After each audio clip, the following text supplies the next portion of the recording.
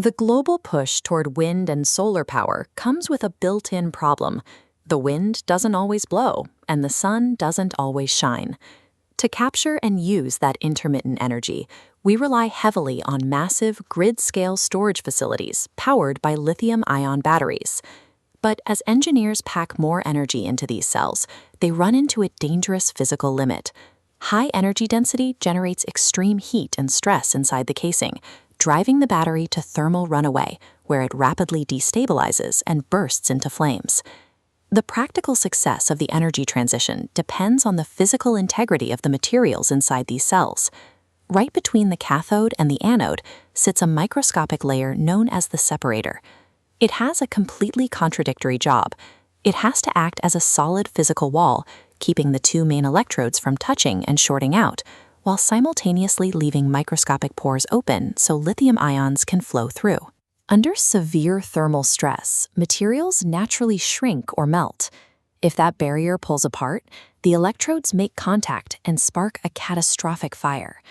Finding a way to build a membrane that stays highly porous for ions, yet remains completely stable under intense heat, is the main bottleneck for next-generation energy storage.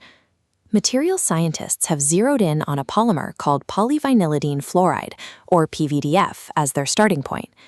PVDF has high chemical stability and a natural polarity that interacts with the electrolyte, making it an excellent medium for lithium ions to easily pass through. However, pure PVDF has a glaring weakness. It suffers from severe thermal shrinkage when temperatures inside the battery spike. To survive the extreme operating conditions of a high-capacity battery without losing its conductive properties, scientists have to engineer this material at the nanoscale.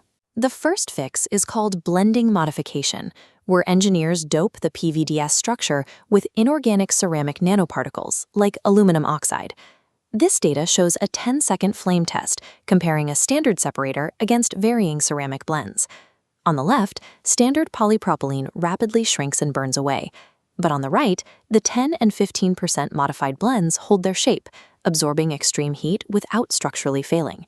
That ceramic armor secures the physical barrier, allowing the battery to withstand heat that would otherwise lead to failure.